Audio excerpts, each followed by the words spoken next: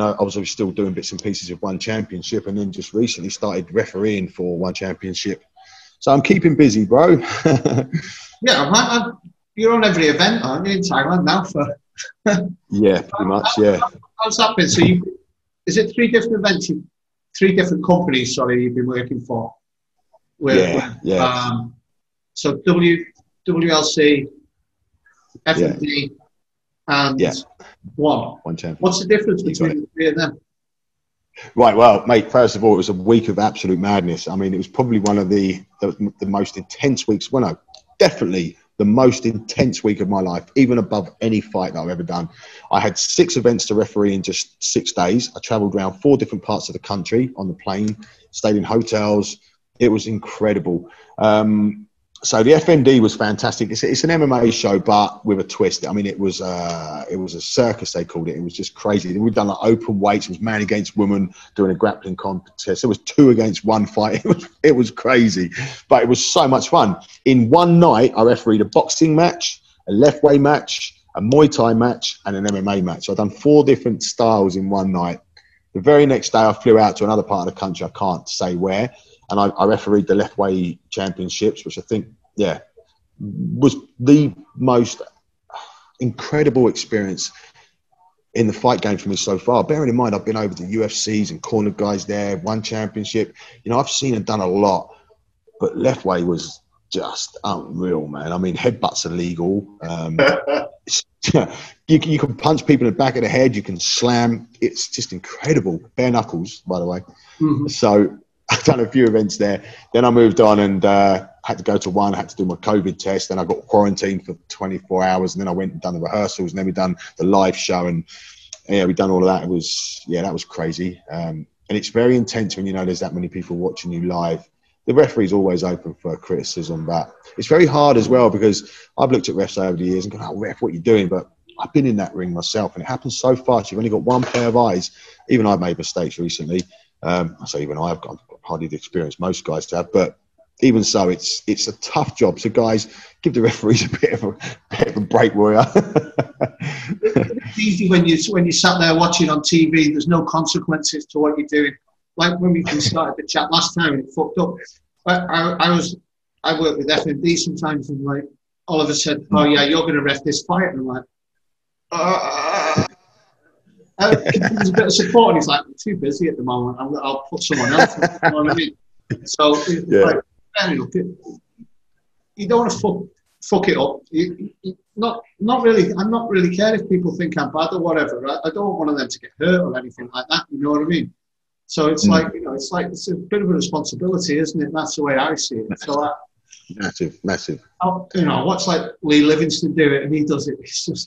It's like he doesn't care, but that enables him to do it really well. You know what I mean?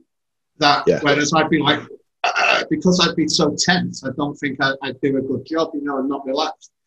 So I'd need to step my way into it slowly, and then once I got going, I think I'd be a bit better at it. So.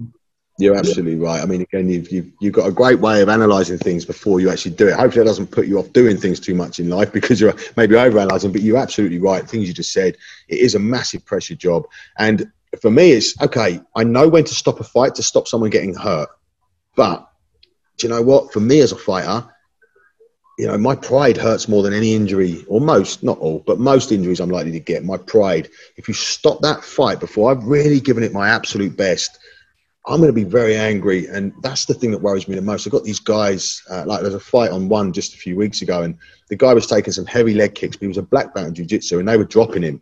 And I kept getting him back up because in my mind I was thinking, this guy only needs one takedown and this whole fight changes. So I wanted to make sure he had enough opportunities, and then I waved the fight off, but I did let it go on a bit longer than I would because A, it was leg kicks, okay? They hurt, but they're not going to be career-ending. It's not like taking punishment in the head. B, the guy was a black belt. All he needed was one takedown and that whole fight would have changed. And C, I was thinking about his pride. I mean, I want that guy to go on his shield. And, he was absolutely happy with the decision and I stopped it at the right time. But a few people said, oh, you let it go on a bit long. But unless you've been in there and you're a fighter and you know how much it means to you to win and you've still got that chance to stop that fight before he's completely out of the fight, for me was a very, very tough decision to make. Yeah, that's the one I wanted to speak to you about because that was like Y2K against Alex. Yeah. And Shield. they were brutal, those leg kicks, weren't they? You know what I mean? But I wouldn't have had a problem if you'd have stopped it earlier. No, but me neither. I don't think you stopped it too late either. You know what I mean? Thank you. Yeah. Because it's like, if you know what I mean, it's like, yeah, he was done, but he was always getting up. It wasn't like he was like lying on the floor and staying there. But you knew he was only on one peg, wasn't he? You know what I mean?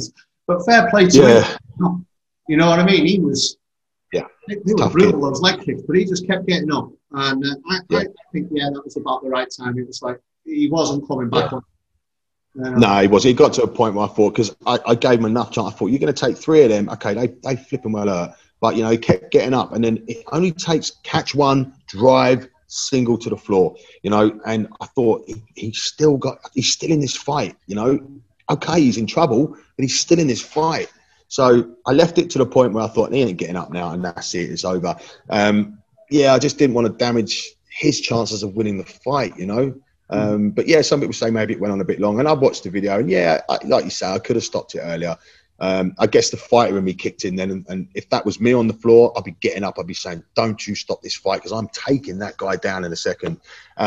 He had plenty of chances. He's a great kid, and he did really well. He'll be back. But at least, you know, he's not going to take any long-lasting damage. He's going to have some sore legs, but it's not like a head injury, you know, or even a body shot where you're going to damage internal organs. It's legs, okay? They do heal. That was my take on it anyway. I thought that was a good stoppage, because, like, when I was watching it, when he'd get up, and he wouldn't be falling over straight away. Because if he was doing that, then it's like, stop the fight. You can't stand up and fight, can you? But he'd get up, and you could see he was ginger on it, but you're going to be fucking hell, that kid.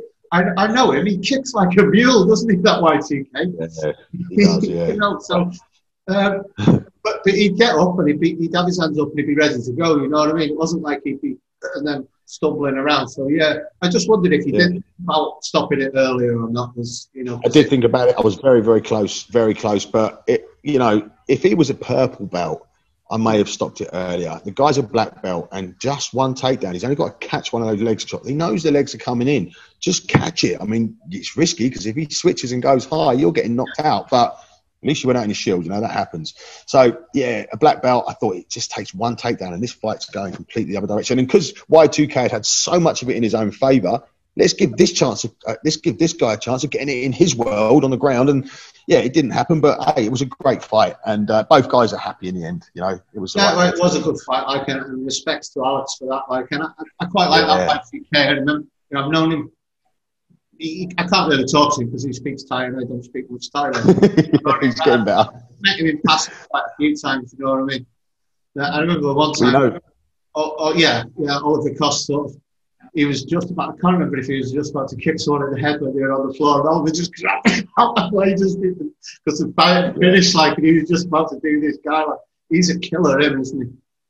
He is a killer. But, you know, I think you'll find that Alex has got so much more support and respect from people after that fight, because he did show heart. He did get back up every time. The guy's a warrior, man. He'll go back to the gym, and he'll make sure he learns how to check those kicks or catch them now. But Y2K, he's got an animal side, hasn't he? yeah. He wants to kill you when he's in there, doesn't he? You know what I mean? Yeah, I got the impression he wanted to kill me, and I wasn't even fighting him. I met him in China as well when I was in cornering Will Choke. You know what I mean? He was over there as well. So he's nice enough out the ring, isn't he? But you don't want to be in a fight with him. Lovely. I've grappled with him fantastic time, but I'm a lot bigger than him, so it wasn't really fair. You know what I mean? Yeah, he's a nice kid. Lovely guy. So, the circus, what was the best bit of that? The circus was insane, man. Wow. I mean, look, I obviously couldn't get involved too much with a 2-on-1 fight. One championship referee can't be involved in something like that. It can't happen in case something bad happened. But sitting on the sideline, wow. There was a little kid in there that had never fought in his life, never fought. He's a dancer. And I turned around to John Nutt and I went, give that kid a contract. He is awesome. And he got the crowd and everyone loved him. And they had a system where it was streamed live in the States. Had a system where you can tip the fighters if you like them. This kid got like massive amount of tips because he's a tiny little guy, never had a fight, and he just kept coming. So that was quite funny. Also like to see the grappling match. It was man against girl. The man was bigger. She won. She subbed him. She got him with a rear naked choke, and that was really good to watch because she was a reasonable level blue belt and he had no experience at all. So it was kind of testing the whole BJJ theory, smaller guy, blah, blah, blah. And she owned him. She destroyed him, and that was really good to see. And then, of course, the Letway guy won by a devastating knockout of a beautiful elbow, and that was, for me, the first time I'd ever been in a ring where headbutts were legal. So that was quite something. What's his name? Was it Hawthorne or whatever it is? Oh, yeah. Fabiano Hawthorne, is it? Was it Fabiano?